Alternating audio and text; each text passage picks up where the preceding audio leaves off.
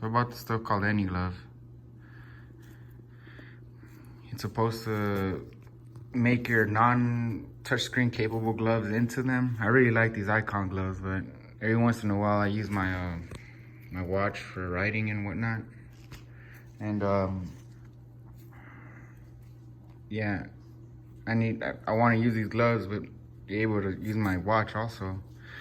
Anyways, I applied 2 coats like the instructions say, and let's see how it does.